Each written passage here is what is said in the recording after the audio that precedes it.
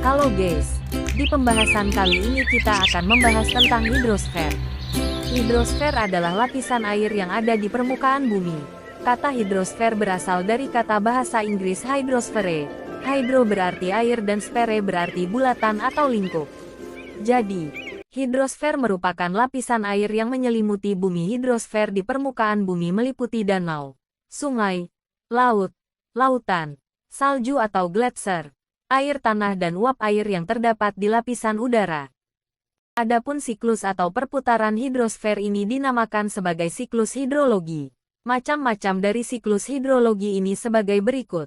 1. Siklus hidrologi pendek. Jenis daur atau siklus hidrologi yang pertama adalah siklus air pendek.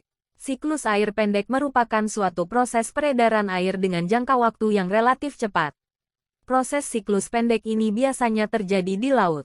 Proses terjadinya siklus pendek ini dikarenakan air laut mengalami evaporasi atau penguapan yang disebabkan oleh panas dari sinar matahari. Uap air dari evaporasi atau penguapan ini naik ke atas sampai pada ketinggian tertentu. Uap air yang ada di atas ini akan mengalami kondensasi sehingga terbentuklah awan.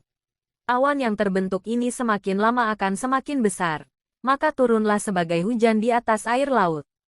Air yang turun ini akan kembali menjadi air laut yang akan mengalami evaporasi atau penguapan lagi. 2. Siklus hidrologi sedang. Setelah ada daur atau siklus hidrologi pendek, selanjutnya ada daur atau siklus hidrologi sedang. Siklus atau daur hidrologi sedang ini merupakan daur yang terjadi karena air laut mengalami evaporasi atau penguapan menuju atmosfer, dalam bentuk uap air dikarenakan oleh panas dari sinar matahari. Angin yang bertiup akan membawa uap air ini menuju ke arah daratan. Ketika sampai pada ketinggian tertentu, uap air yang berasal dari evaporasi atau penguapan air laut, sungai, dan danau akan berkumpul semakin banyak di udara. Suatu ketika, uap-uap air yang berkumpul tersebut akan mengalami kejenuhan dan mengalami kondensasi, dan kemudian akan menjadi hujan. Air hujan yang jatuh di daratan ini kemudian akan mengalir ke parit, selokan, sungai, danau dan menuju ke laut lagi. 3. Siklus hidrologi panjang. Siklus panjang ini juga dimulai karena adanya penguapan atau evaporasi dari air laut akibat panas oleh sinar matahari.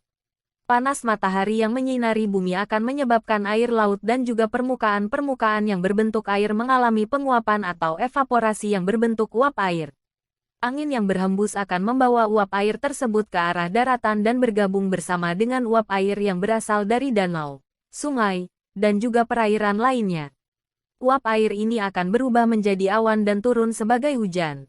Proses infiltrasi ini ada kalanya tidak berbentuk hujan, namun berbentuk salju atau es. Sebagian air hujan ini diserap oleh tumbuhan, dan sebagian lagi akan mengalir ke permukaan tanah menuju parit, sungai, danau dan selanjutnya akan bermuara ke laut. Aliran air tanah ini dinamakan dengan perkolasi, dan akan berakhir menuju ke laut. Air tanah juga dapat muncul ke permukaan menjadi mata air. Itulah rangkaian proses atau tahapan-tahapan dari siklus atau daur hidrologi panjang. Siklus panjang merupakan siklus yang berlangsung paling lama dan juga prosesnya paling lengkap.